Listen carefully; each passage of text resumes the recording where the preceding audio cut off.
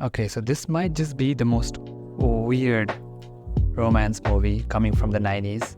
And I've seen a lot of romance movies in the 90s, and I've never seen something done like this. Brad Pitt in Meet Joe Black is just one weird combination of a script. Because there are things that this movie does pretty okay, like you can enjoy the movie for certain aspects, like you want to know what happens next, you want to keep knowing, right? Because the concept of the film just makes you want to know what's going to happen until you finally get to the end and you're like, was I satisfied with that? Like, because there's some things that didn't stand out, didn't make sense, to be more precise. Like, here's this girl who kind of likes this guy, and they've met in a coffee shop and they spoke for like, I don't know, an hour or maybe 30 minutes, and she kind of finds him attractive, right? But they never meet again, and he dies the next second. And apparently we have Death who takes over his body, and he comes to Earth to experience how people live on Earth, right? And he sort of does this by sort of clinging into another person who is the father of this girl.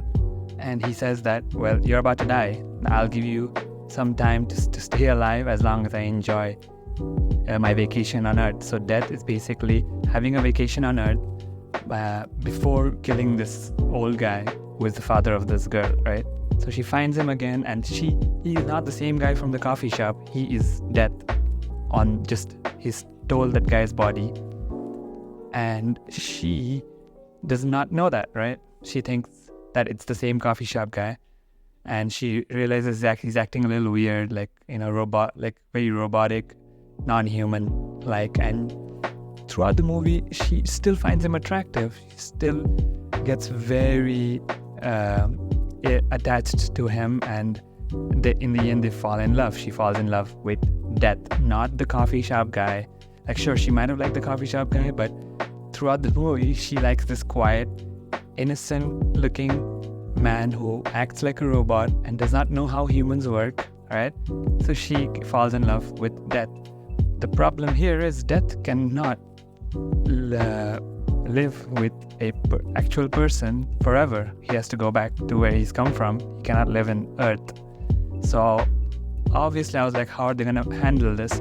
What they do is that in the end, when it's time for Death to go, he gives back the original coffee shop guy. I remember him, who dies in the start of the movie. He returns that guy back to her, and that's it. And they both live happily ever after, even though there's so many weird things that comes from this plot. Because by the end, she kind of realized that he's not the coffee shop guy, right? He's someone else. And when the coffee shop guy comes back, like, to her, she realizes that it's the same body but a different person.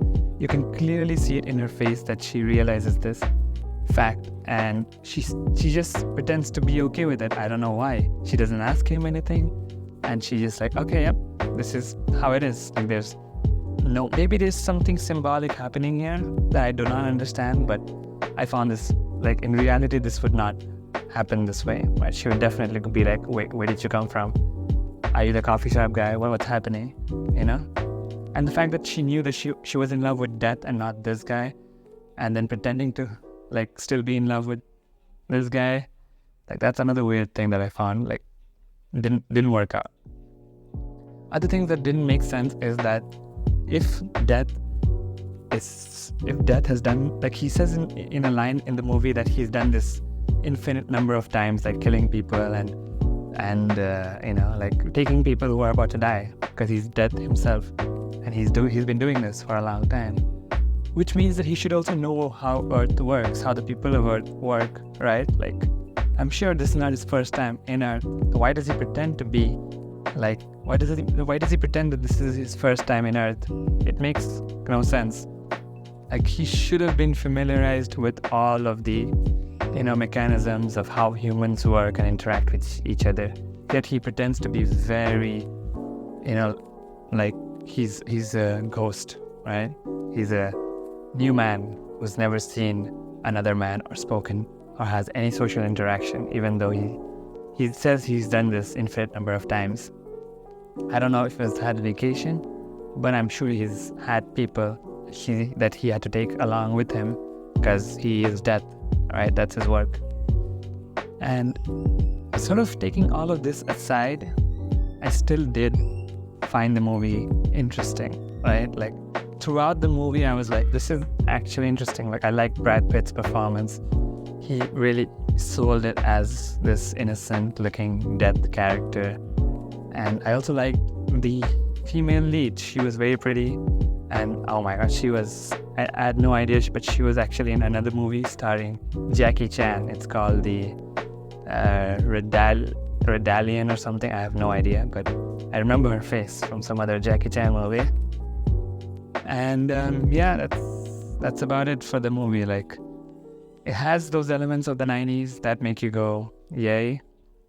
But it has this weird sci-fi element to it that also makes you sort of question whether you like what happened in the end or not, right? Like, I like the fact that the coffee shop Brad Pitt was back, but at the same time what bothered me was that she knows that she had zero chemistry. Like, she was not interacting with the coffee shop guy all along, you know. The person she fell in love with and the person she admitted to falling in love with was Death and not this coffee shop guy. So to just bring him in the end like that feels a little off, right? That's all I'm trying to say. That's the only problem I had with this movie. Outside of that, it's an okay movie. Like, it's something that they try to do differently, and I really respect it. And yeah, hoping to look for more movies like this, and hopefully I don't have to feel very weird with movies that have endings like this, but I just have to get used to it, I guess. So yeah.